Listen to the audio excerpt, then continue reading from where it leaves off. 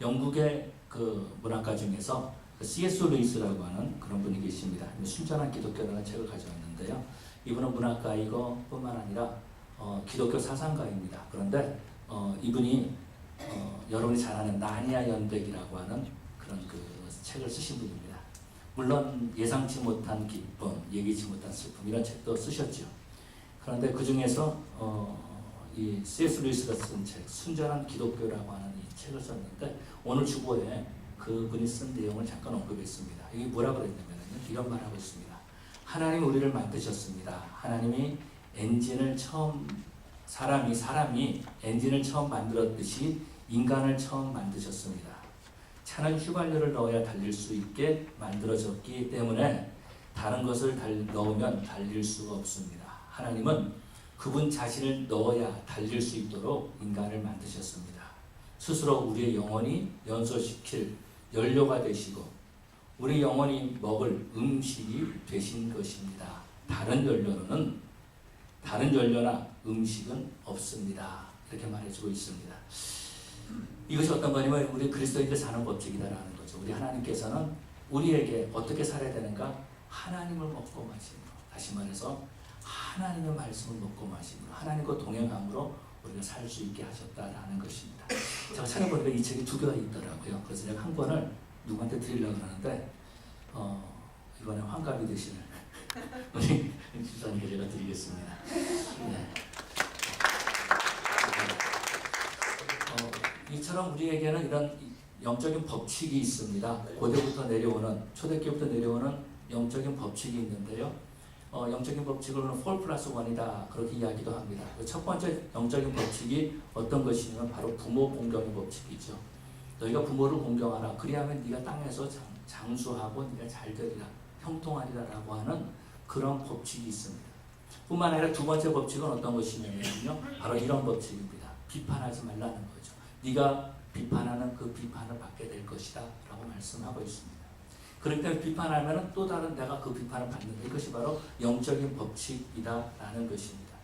뿐만 아니라 세 번째 법칙은 어떤 건 심는 대로 거두는 법칙이죠. 우리가 뭘 심든지 그대로 거두리라라고 성경에서 우리에게 말씀하고 있는 것을 볼 수 있습니다.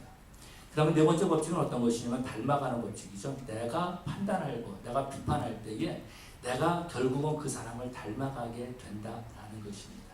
그리고 4+1인데요. 그 다음에 마지막 한 가지 법칙은 4가지 법칙에 적용되는 것인데 이것이 어떤 거는 증가의 법칙이죠. 이것이 계속해서 이것이 시간이 지나감에 따라서 점점 증가되고 있는 그런 법칙을 말해주고 있습니다. 그런 가운데 오늘 첫 번째 법칙은 네 부모를 공경하라. 그래야만 네가 땅에서 잘 되고 오래 살고 장수하고 뿐만 아니라 하나님의 복을 받고 형통하리라고 하는 그런 약속이 있는 그런 계명을 말씀하고 있습니다. 오늘 어버이 주일을 맞이해서 오늘 본문을 택한 것은 바로 이런 거죠. 우리가 하나님 말씀에 순종하는 것이 어떤 것이냐면은 부모를 공경하는 것이다라는 겁니다. 부모를 공경하는 것은 바로 하나님께서 우리에게 명령하신 것이다라고 말씀하고 있습니다. 이스라엘 백성들이 출애굽했죠. 출애굽하고 40년 만에 하나님께서 다시 십계명을 주십니다. 하나님께서 십계명을 주시는 것은 이스라엘 백성들이 자기 백성들이 형통하기를 원하신 거죠. 자기 백성들이 이 땅에서 힘들게 사는 것이 아니라 이 땅에서 형통하게 살기를 원하신다라는 것입니다. 그래서 우리 하나님께서는 이스라엘 백성들이 출애굽한 다음에 광야에서 태어난 2세들이나 아니면은 애굽에서 태어났던 1.5세들을 위해서 우리 하나님께서 다시 이 십계명을 주시는 그런 모습들을 볼 수 있습니다. 그 가운데 십계명을 보면 첫 번째부터 4계명은 이것은 하나님을 향한 계명이고 5번째부터 10번째까지 계명은 사람들과 관계에서 하는 그런 말씀인 것을 볼 수 있습니다. 그런 가운데 첫 번째 계명, 다시 말해서 5번째 계명이 어떤 것이면 네 부모를 공경하라라고 말한 거죠. 여러분, 부모를 공경하는 것은 우리의 옵션이 아니다라는 겁니다. 내가 공경해도 되고 하지 않아도 되는 것이 아니라 이것은 하나님의 명령이다라고 우리에게 가르쳐주고 있다라는 것입니다. 요 며칠 사이에 이제 어버이 주일이 다가오니까 제 카톡에 그냥 여러 분들이 카톡을 보냅니다. 그래서 저는 이제 카톡을 잘 안 보려고 애를 쓰는데 궁금할 때가 있어요. 도대체 뭔가. 그래서 이번에 카톡을 보니까 여러 물고기들을 많이 보내셨어요. 혹시 여러분들 받으셨을지 모르겠습니다. 어떤 물고기는 연어 물고기, 가물치 물고기, 그리고 토요일 날부터 갑자기 물고기 하나가 더 떠올라왔는데 어떤 거냐면 가시고기 물고기입니다. 연어 물고기에 대해서 말하고 있어요. 연어는 자식을 낳기 위해서 희생한다라는 것을 말해주고 있고, 가물치는 그 부모가 살기 위해서 다시 그 새끼가 태어나가지고 다시 부모 입속에 들어가서 죽는다라는 것을 말해주고 있습니다. 그리고 가시고기는 뭘 말해주고 있냐면은 이제 그 아이를 낳고 애를 낳고 알을 낳고 물고기가 알을 낳고 암놈이 떠나면은 그러면은 순놈이 그 아이를 끝까지 기다린다. 나중에는 자기가 그 물고기 밥이 돼서 죽는 그런 모습들을 우리에게 보여주고 있습니다. 물론 다 희생을 말해주고 있는 거죠. 부모의 희생을 아마 말하기 위해서 이런 물고기들의 그 성향을 말해주고 있는 것 같습니다. 그러나 우리가 중요한 것은 이런 거죠. 하나님께서 우리에게 명령하신 것을 따라야 된다라는 것입니다. 하나님께서 부모를 공경하라고 하셨다라는 것입니다. 그렇다면 우리는 하나님의 백성이기 때문에, 하나님의 사람이기 때문에 우리는 당연히 부모를 공경해야 된다라는 거죠. 이 당연한 것을 우리 하나님께서 축복해 주고 있습니다. 이 당연한 일을 하게 되면은 네가 땅에서 오래 살고 장수할 것이다 라고 말해주고 있고, 이 땅에서 형통할 것을 말씀하고 있는 그런 모습들을 볼 수 있습니다. 그렇기 때문에 그리스도인들은, 특별히 그리스도인들은, 예수님을 만난 사람들은, 하나님의 자녀들은 자기 부모를 공경할 줄 아는 그러한 성도들이 되어야 될 줄로 믿습니다. 참 그런데 부모 공경 이런 모든 것들이 문화와 굉장히 관계가 깊은 것 같아요. 한국에 복음이 들어오기 훨씬 전에 고려장이라는 것이 있었습니다. 제가 학교에서 배웠어요. 고려장이 있다고. 아직 경험해보지 못했지만 고려장이 있다고 그러더라고요. 그렇게 배웠습니다. 그때 배울 때 뭐라 그러냐면 나이가 60이 되면 자식이 부모를 갖다 버린대요. 근데 제 나이가 이제 버릴 나이가 됐습니다. 오늘 책을 받으신 집사님도 버릴 나이가 된 거예요. 다. 어떤 분은 버릴 나이가 지났음에도 앉아 계신 분이 계시지만 버림받을 날이 얼마 남지 않은 그런 분들도 있는 것을 볼 수 있습니다. 그런데요, 참 안타까운 것이요, 이것이 바로 한국의 문화였다라는 것입니다. 어떻게 그럴 수 있을까? 어떻게 그런 일이 있을 수 있을까라고 하는데, 그런 고려장이라는 것이 있었다라는 것입니다.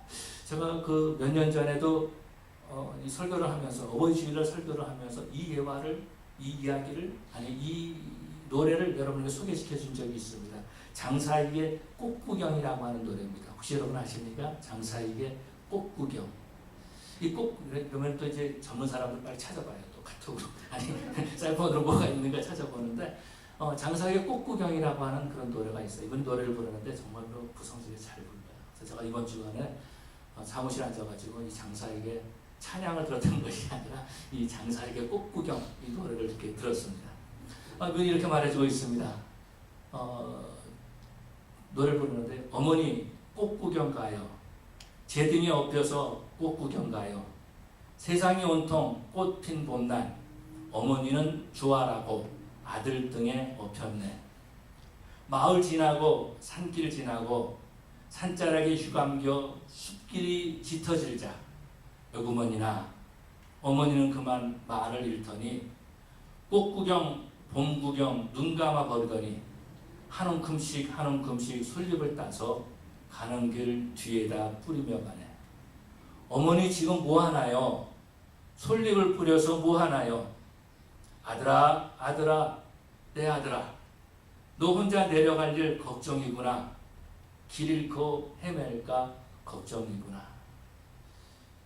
어머니 꽃구경 가요. 제 등에 엎여서 꽃구경 가요.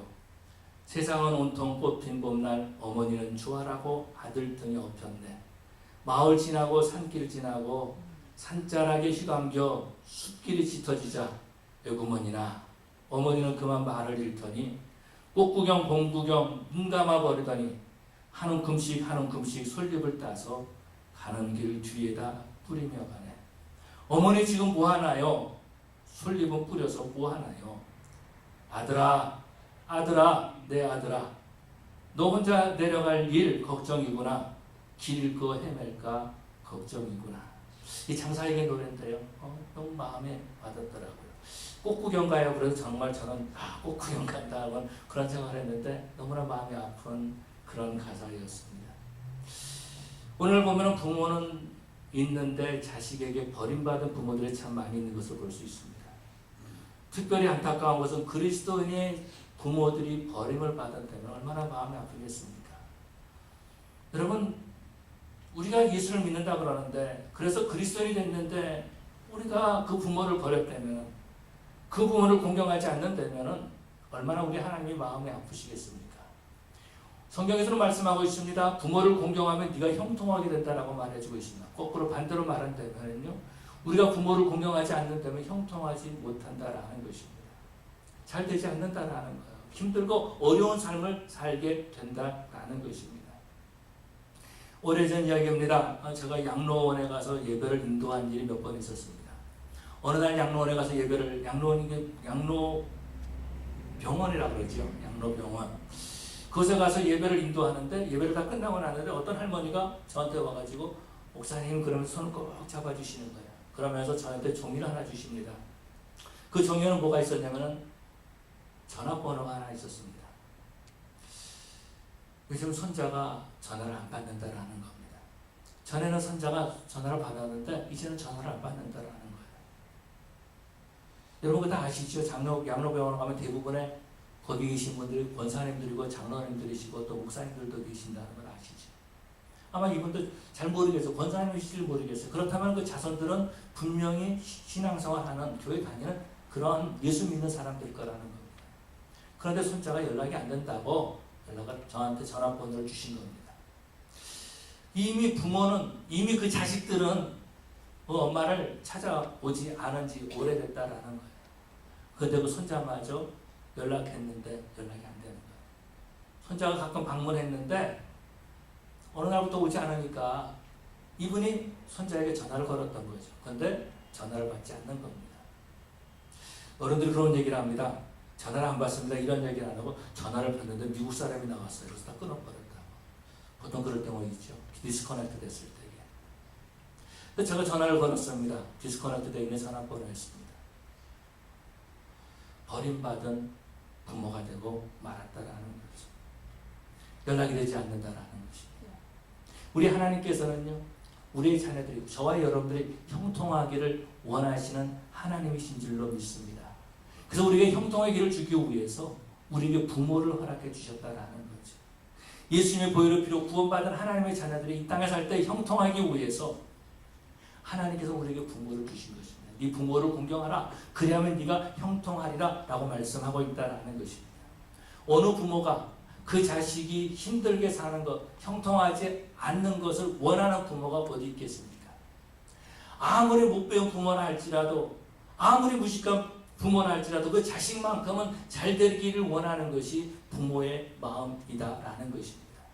여러분, 그런 것처럼 우리 하나님께서는 예수님의 그 보혈의 피값으로 저와 여러분들을 구원해 주시고 하나님의 자녀 삼아 주시고 이 땅에서 담대하게 하나님의 자녀들처럼 살기를 원하시고 형통하고 하나님의 복을 받고 누리기를 원하고 계시는 줄로 믿습니다.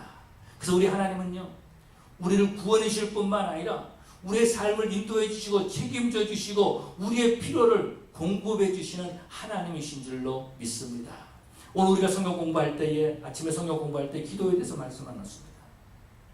하물며 악한 자라도 자식에게 좋은 것을 줄 줄 알거든 너희 아버지께서 좋은 것을 주시지 않겠느냐라고 말씀하고 있지 않습니까? 여러분, 우리 하나님은요, 어떻게 하든지 우리에게 좋은 것을 주기를 원하시고 우리가 형통하기를 원하시는 하나님이신 줄로 믿습니다.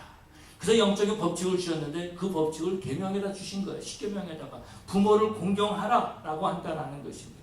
여러분, 우리 예수님께서도요, 부모를 공경하셨죠.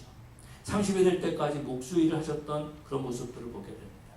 그 사역을 할 때도 마리아와 함께, 그 어머니와 함께 항상 어머니가 따라다녔던 그런 일들을 우리는 기억할 수 있습니다. 예수님께서 십자가에 못 박히실 때에 그때 예수님께서 하셨던 말씀이 있습니다.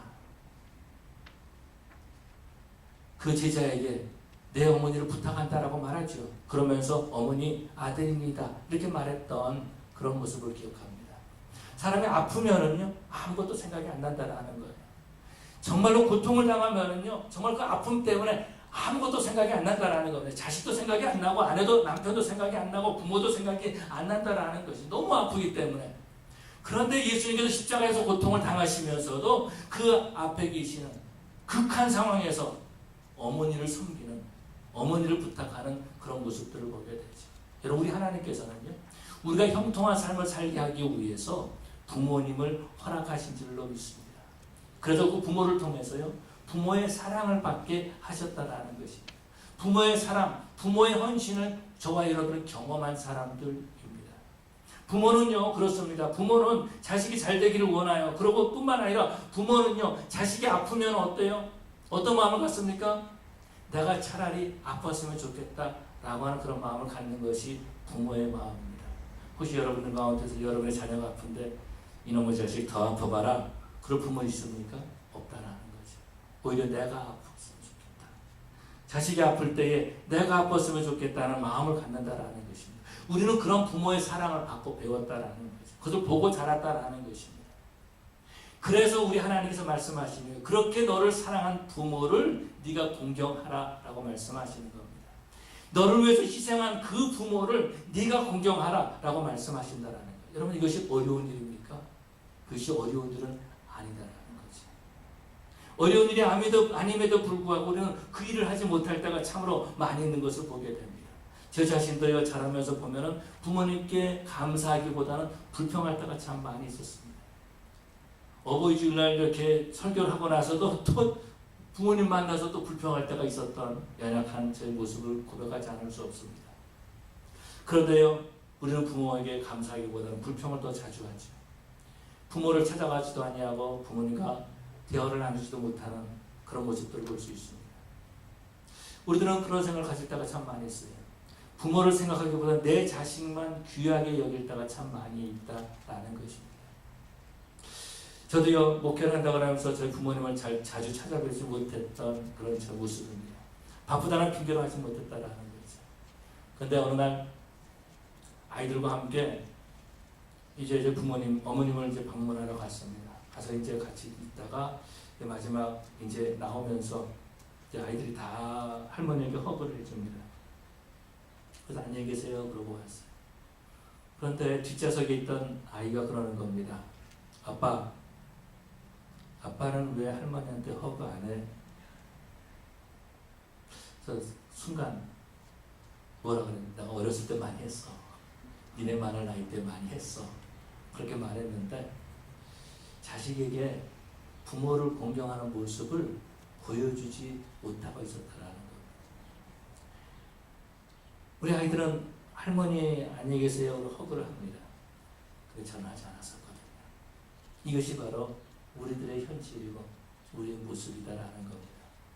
교회가 합병하기 전에 있던 교회에서 몇몇 목사님들이 저녁에 일주일에 한 번씩 모여서 부부가 모여가지고 기도를 했습니다. 같이 찬양하고 그러고 난 다음 기도 제목을 나누고 그러고 함께 기도하고 흩어져서 또 기도했습니다. 기도 제목을 내놓습니다. 다 기도 제목 내용이 거의 다 비슷해요. 우리 아이가 빨리 졸업해야 되는데, 우리 아이가 직장 가져야 되는데, 우리 아이가 빨리 결혼해야 되는데, 대부분 다 그런 기도 제목이었습니다. 그런데 어느 날 그 친구 목사님이 그렇게 얘기하는 거예요. 우리가 기도 제목을 보니까 다 자녀들을 위해서만 기도한다. 그런데 우리가 부모님을 위해서 기도하자. 그렇게 말을 했습니다. 순간 충격이 되더라고요. 부모님을 위해서 내가 뭘 기도해야 되지? 부모님을 위해서 기도를 안 했거든요. 그때 같이 모여서 부모님을 위해서 기도했던 그런 일이 생각이 납니다. 여러분, 부모 공경은요, 이건 하나님의 명령이다라는 것입니다. 하나님께서 우리에게 형통하기 위해서 형통의 법칙을 주시고 형통의 삶을 주기 위해서 우리에게 명령하신 것입니다. 부모를 공경하지 않는 가정이요, 결국 그 자손들에게 공경받지 못하는 삶을 살 수밖에 없다라는 것입니다. 여러분, 내가 부모를 공경하지 않으면요, 내 자식들이 나를 무시하는 그런 삶이 되고 만다라는 것입니다. 정말 우리 성도들은요, 부모님을 잘 공경함으로 자손들에게도 공경받는, 존경받는 그런 부모님이 되시기를 바랍니다. 하나님이 주시는 형통을 누리는 정말 그리스도인의 삶을 살 수 있는 뿐만 아니라 믿음의 가문을 일으키는 그런 우리 새창조교의 성도들 되시기를 간절히 축원합니다. 여러분, 그럼 우리가 어떻게 해야 될까요? 먼저 우리는요, 우리 생각을 바꿔야 돼요. 다시 말해서 부모 공경은 명령입니다. 여러분, 다시 한번 쭉 한번 읽어. 부모 공경은 명령. 따라서 보시보다 부모 공경은 명령입니다. 다시 한번 부모 공경은 명령입니다. 굉장히 마음에 껄끄러움이 있는 것 같아. 아, 이게 뭐 이런 마음을 갖는 것 같아. 다시 한번 정말 하나님께서 명령하지 않으셨습니까? 계명으로 말씀하지 않으셨습니까? 다시 한번 확신을 가지고 부모 공경은 명령입니다. 부모 공경은 명령이다. 여러분, 부모님 공경하는 것은 우리 명령이다라는 것, 내 선택이 아니다라는 겁니다. 우리 생각을 좀 바꿔야 된다라는 것. 나는 효자가 아니니까, 내 형편이 되지 않으니까 나는 지금 어떻게 내가 지금 이 형편에 부모를 공경할 수 있느냐, 이렇게 말하는 사람이 있을지 모릅니다. 그러나 여러분, 부모 공경은 명령입니다. 우리가 시간 타임 매니지먼트를 할 때 보면 그런 모습들을 볼 수 있죠. 가장 먼저 해야 될 일은 어떤 일이죠? 가장 먼저 해야 될 일은 꼭 해야 할 일. 가장 먼저 해야 될 일이죠. 내가 꼭 해야 될 일, 중요한 일 먼저 해야 된다는 겁니다. 그것이 어떤 거예요? 오늘 성경에서 명령하신 부모 공경이다라는 겁니다. 그 다음에 맨 마지막으로 해야 되는, 해도 돼도 안 해도 되는 일, 내가 별로 그렇게 내가 좋아하는 일, 이건 해도 되고 안 해도 되는 일, 이런 일들을 우리는 먼저 하려고 할 때가 참 많이 있습니다. 우리의 생각을 좀 바꿔야 된다는 거예요. 그래서 우리는요, 부모 공경이 하나님의 명령임을 우리가 꼭 기억해야 됩니다. 우리는 부모님께 뭘 조금 해주면은요, 내가 착하다는 그런 망상에 빠질 때가 있습니다. 근데 여러분, 우리가 착해서 그런 것이 아니라 부모님을 공경하는 것은 당연한 일이다라는 거지. 여러분의 부모를 공경하라는 거예요. 여기 있는 목사의 부모를 공경하라는 것이 아니라 여러분을 낳아주고 키워주고 여러분을 위해서 기도해 주신 그 부모님을 공경하라고 우리 하나님께서 말씀하고 있다는 것입니다. 공경한다는 것은 어떤 것입니까? 사랑한다는 거죠. 책에 보니까 그런 말씀하는 것을 보았습니다. 사랑에도 세 가지가 있다고 합니다. 그 사랑에 세 가지가 있는데요. 첫 번째로 하향적인 사랑이 있고 평행적인 사랑이 있고 상향적인 사랑이 있다는 겁니다. 하향적인 사랑을 뭐라고 말하냐면은 그 하향적인 사랑을 자비라 이렇게 표현한다는 겁니다. 하향적인 사랑. 여러분, 높은 사람에게 내가 자비를 베푼다 그럽니까? 그러지 않죠. 낮은 사람에게 자비를 베푼다 이렇게 말합니다. 그리고 평행적인 사랑, 서로 간에 평행 가운데 있을 때 그것을 사랑이라고 말합니다. 상향적인 사랑, 나보다 높은 사람을 사랑하는 것, 이것을 뭐라고 말하냐면 공경한다 그렇게 말하고 있습니다. 여러분, 우리는 부모를 공경하는 거죠. 부모를 사랑하는 거죠. 공경한다는 것은 어떤 것이요? 부모님이 계시기 때문에 부모님 때문에 말과 행동을 조심하는 것이다라는 것입니다. 부모의 마음을 불편하지 않게 한다는 거죠. 한 번은 저희 아이들과 함께 어머님이 계신 아파트에 갔습니다. 그런데 아이들이 갑자기 이렇게 싸운 건 아니었는데 하여튼 말로 이렇게 하는데 소리가 좀 커졌습니다. 그랬을 때에 저도 소리를 조용히 하라고 말이죠. 할머니 집인데 왜 떠드냐고 조용히 하라고 그랬더니 어머님이 조금 마음이 상하시더라고요. 제가 부모님 앞에서 내 자식들을 야단치느라고 소리를 질렀구나. 부모님 마음이 불편하신 거죠. 여러분, 부모님 앞에서는 조심해야 된다는 말과 행동을 조심해야 되는 것입니다. 왜? 부모의 마음을 불편하지 않기 위해서 그런 거죠. 부모를 높이는 거죠. 그래서 우리는 언어를 조심하는 것입니다. 하나님은 섬김은요, 부모님의 섬김에서부터 시작됩니다. 눈에 보이는 부모를 섬기지 못하면서 어떻게 눈에 보이지 않는 하나님을 섬길 수 있겠느냐라고 말씀하고 있지 않습니까?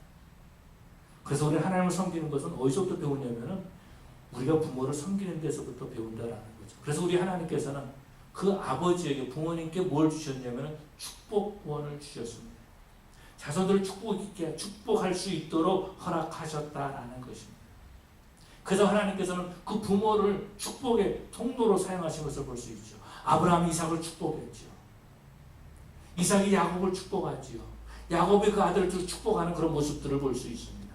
그런 것처럼 하나님께서는 부모를 하나님의 대리자로 삼아 주셨다라는 거죠. 그래서 부모를 공경하는 것, 여러분, 이것은 하나님의 말씀에 순종하는 것입니다.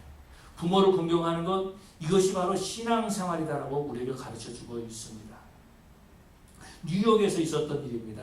한 여자분이신데 남편이 일찍 세상을 떠났습니다. 그래서 딸아이 하나를 데리고 뉴욕에서 살고 있는데 그분이 식당에서, 주방에서 일을 하셨던 분입니다. 근데 딸아이가 고등학생이에요. 그런데 이 딸아이가 미술에 소질이 있다 그래가지고 그 식당에서, 주방에서 일하시면서 그 딸아이를 그 근처에 있는 식당 근처에 있는 미술 학원에 이렇게 보냈습니다. 근데 식당에서 음식을 만들고 일을 하고 있는데 밖에 비가 오는 겁니다. 안 되지.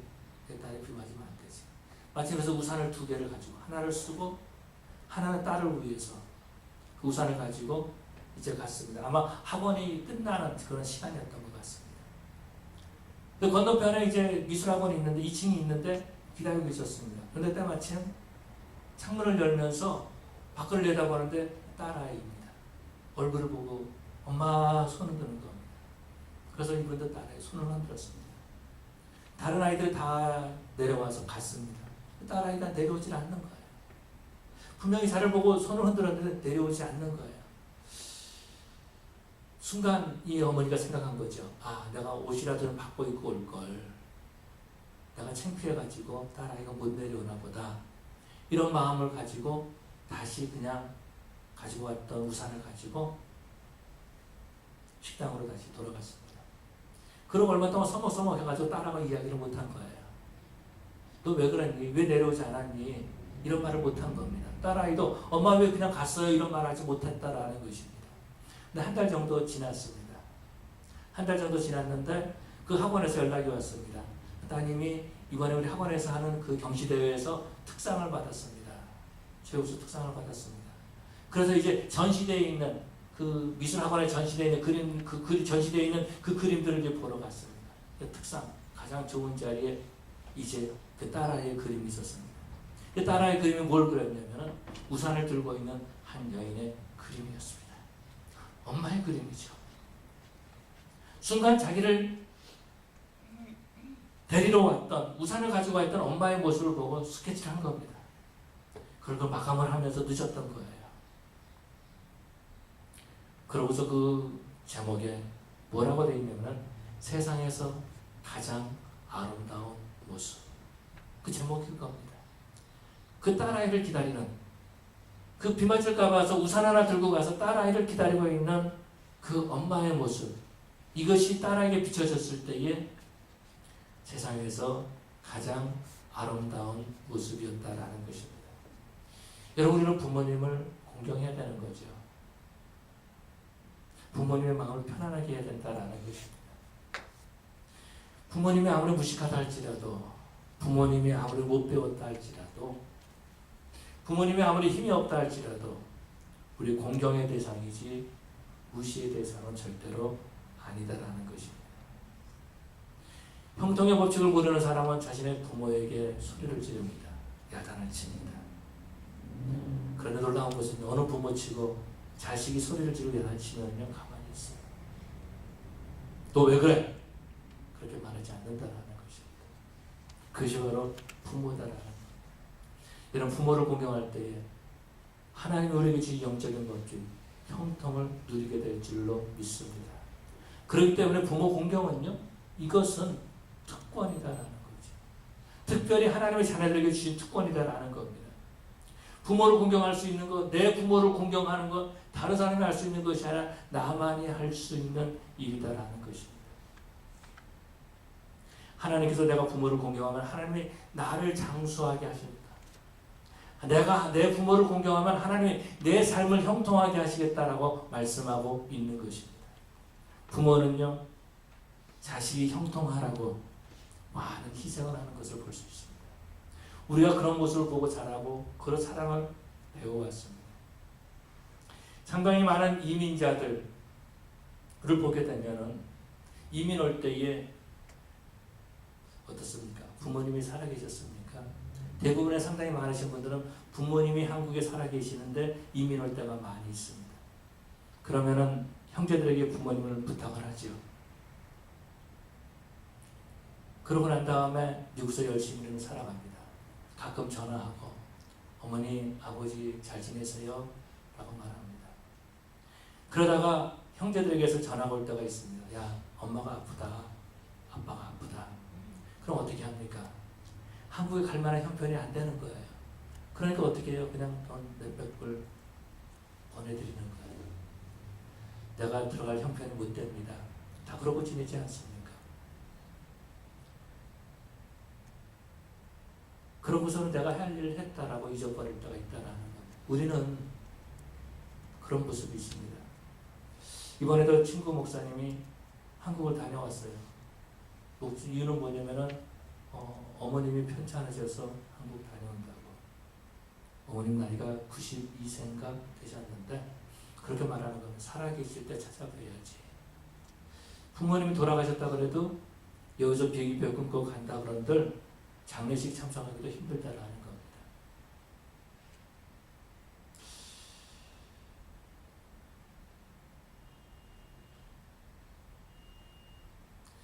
그래서 언젠가는 내가 형편이 나아지면 부모님을 모셔야지 라는 그런 마음을 가질 때가 있는데 그러다가 5년, 10년, 20년 지나버렸습니다.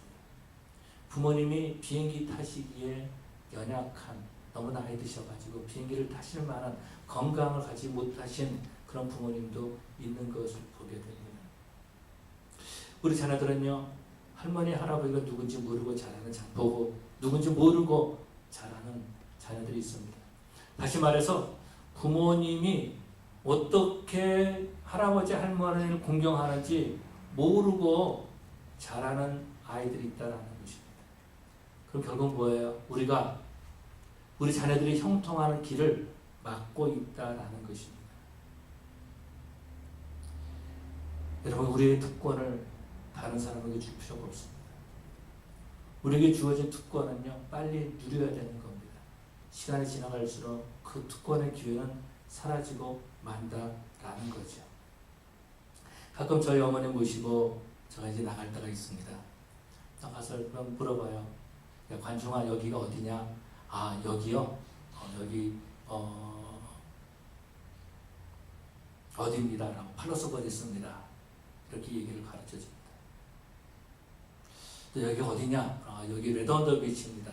이렇게 가르쳐 드립니다. 그럼 어머님이요, 다시 한번 확인을 해요. 여기가 뭐라고? 근데 아니 그거 말고 레드언더 비치 팔로스버디 가르쳐 드립니다. 잘 따라하지 못했어요. 근데 그걸 자꾸 외우십니다. 왜 그런지 아세요? 노인 아파트 옆에 할머니한테 자랑하려고 그러시는 거예요. 아, 아들하고 함께 내가 오늘 어디 갔다 왔다고. 아들하고 함께 내가 팔로스버디에서 갔다 왔다고. 레드언더 비치 갔다 왔다고 자랑하고 싶은 거예요. 여러분, 이런 도전을 드리고 싶습니다. 할 수만 있다면 한번 한국에 계신 부모님이라도 비행기만 타실 수 있다면 한번 보시기 바랍니다. 아, 목사님 무슨 말합니까? 우리 형편에 지금 부모님, 어머님, 아버님 모시는 형편이 못 됩니다. 지금 살고 있는 내 모습을 보면 더 마음 아프십니다. 이렇게 말할 것입니다. 예, 알아요. 부모의 마음은 어떨까요? 그래도 한번 보고 싶은 거예요. 뿐만 아니라 옆에 있는 친구들한테, 야, 내 딸이 미국에 사는데 그 딸이 미국 올라가서 미국 갔다, 내 딸 집에 갔다, 그 자랑하고 싶은 거예요. 내 아들이 미국 사는데 뭐라 그랬어? 내가 좀 가. 이 말 하고 싶은 거예요. 근데 우리는요, 그 못하게 할 때가 많이 있지. 아들이 미국 산다는데 한 번도 미국에 안 가고, 딸이 미국 산다는데 한 번도 안 가본다면 여러분 어떻게 되겠습니까? 그리고 부모를 공경할 수 있는 특권을 여러분 누리시기를 바랍니다. 뿐만 아니라 저와 여러분들이 그렇게 함으로써 우리 자손들에게 형통의 길을 만들어줄 수 있는 것입니다. 저는요,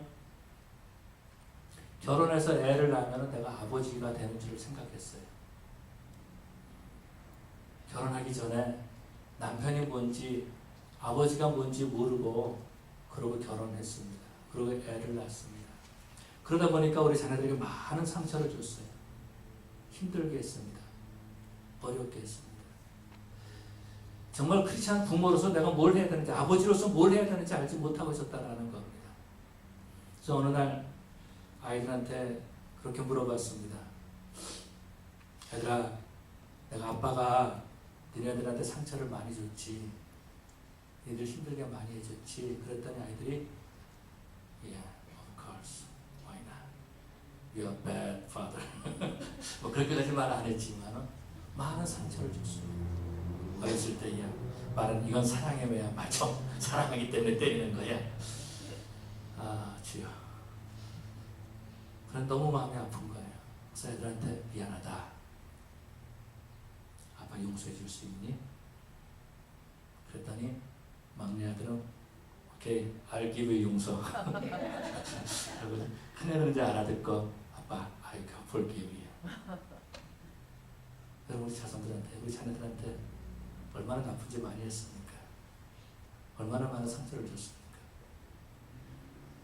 많은 사람들이 땅에 상처를 받고 사는데 마음의 쓴뿌리를 가지고 사는데 대부분의 쓴뿌리는요 엄마 아빠에게서 만들어진 거예요. 엄마 아빠가 심어준 쓴뿌리다라는 겁니다. 그렇기 때문에 우리는요 우리 자녀들에게 형통의 길을 열어줘야 됩니다.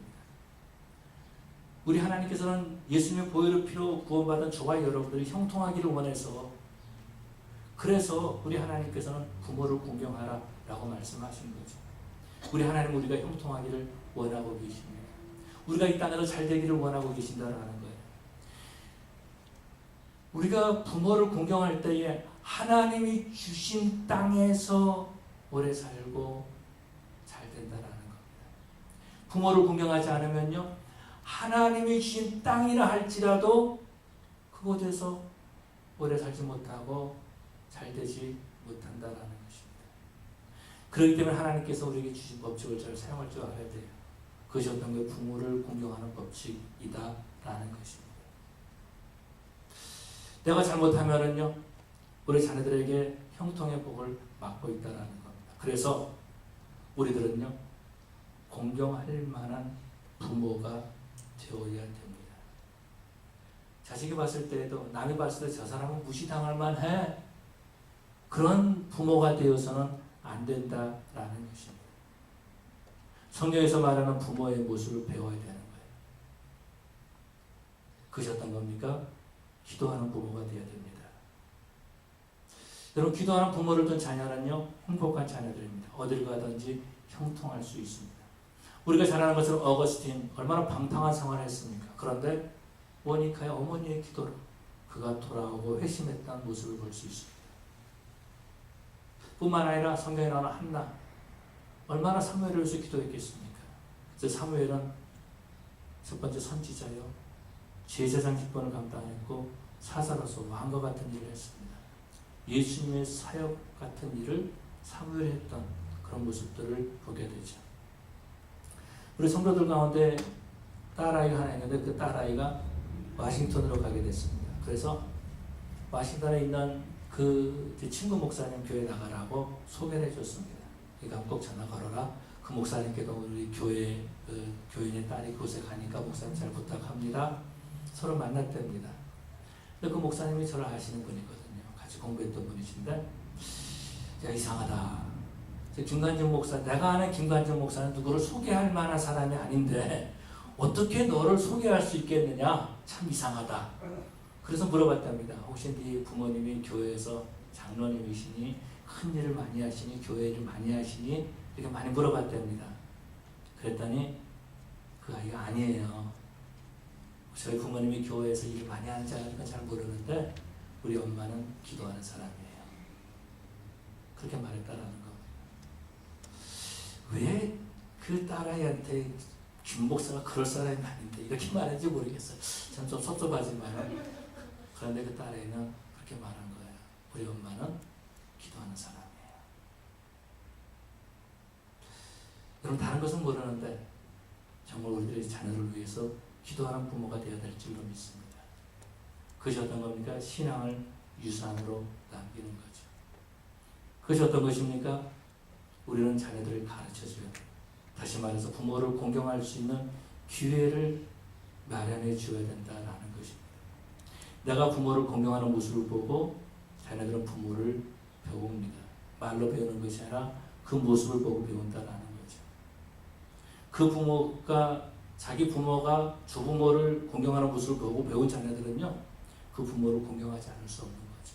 배운 것이 그거니까 본 것이 그거니까 그렇게 배운다는 것입니다.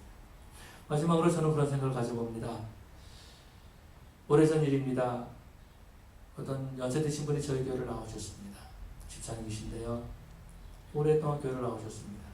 어느 날 그 노인 아파트에서 연락이 왔습니다. 네가 누구를 아느냐? 예, 압니다. 그 사람이 네 교회 교인이냐? 예, 그렇습니다. 네가 그게 목사냐? 예, 그렇습니다. 지금 아파트에 무슨 문제가 있으니까 네가 와서 이 문제를 해결해 줘야 된다. 가서 해결해 준다. 그래서 가서 도와준 적이 있습니다. 그런데요, 그때 그런 생각이 드는 거예요.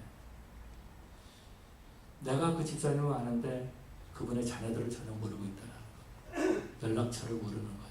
아파트에서도 이머전시 넘버를, 제 넘버를 적어놓은 거예요. 자식들하고 연락이 없는 거예요. 자식들이 찾아가지 않는 거예요. 자식들이 부모를 버린 거예요. 부모도 자식이 연락을 할 수가 없는 거죠. 연락처가 없는지 안 되는지 알면서 안 하는지 그건 잘 모르겠어요. 그래서 그분께 말씀을 드렸습니다. 오랜 시간이 지난 다음에 집사님 혹시 자녀들 전화번호라도 제가 좀 알 수 있겠습니까?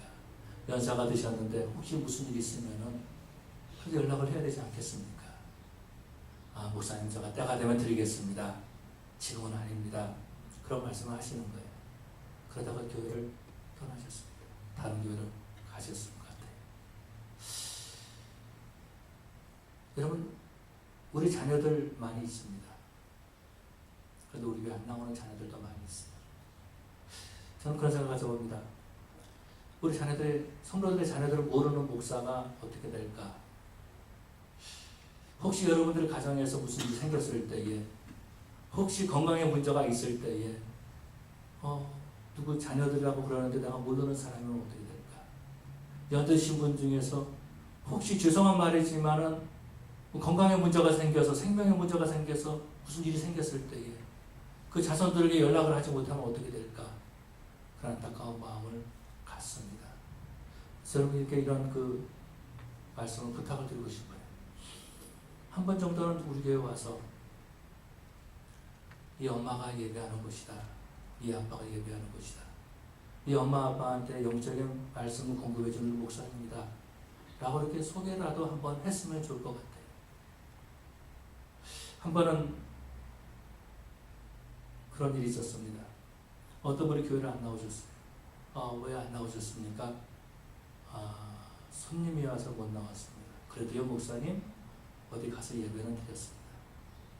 우리 교회 근처에 있는 큰 교회 가서 예배를 드리는 거예요. 손님이 오니까 너무 교회가 작아서, 너무 교회가 초라해서 했는지, 목사가 소개해 줄 만한 목사가 되지 못해서 그런지 몰라도 큰 교회 모시고 갔어요. 좀 마음이 좀 아프더라고요. 여러분, 여러분의 자녀들을 우리 교회 데리고 나오는 것이 창피한 일입니까? 여러분들이 여기 있는 목사가 소개해 주기에 너무나 좀 미미한 그런 사람입니까? 그렇다면 할 수 없겠죠. 그러나 우리 교회가 연합했던 날 10월 첫 번째 주 뉴 크리스천 데이 때에 한번 자녀들을 좀 초대했으면 좋겠습니다. 그래서 내가 이 교회에서 너를 위해서 기도한다. 우리 목사님이 너 얼굴은 모르지만 너를 위해서 기도하고 있다. 새벽마다 여기 있는 목사님이 네 가정을 위해서 기도하고 있다. 이렇게 한마디 해줄 수 있지 않겠습니까? 사랑하는 성도 여러분, 우리가 말로만 믿음의 가문을 세우는 것이 아니라 정말 영적인 법칙을 가지고 하나님의 말씀을 순종하고 형통의 길을 열어줘야 될 줄로 믿습니다. 말로만 형통의 문이 아니라 정말 믿음의 가문을 세울 수 있는, 정말 하나님을 섬기는 귀한 믿음의 가문을 세워가시는 그런 저 여러분 되시기를 간절히 축원합니다. 우리 기도하시겠습니다.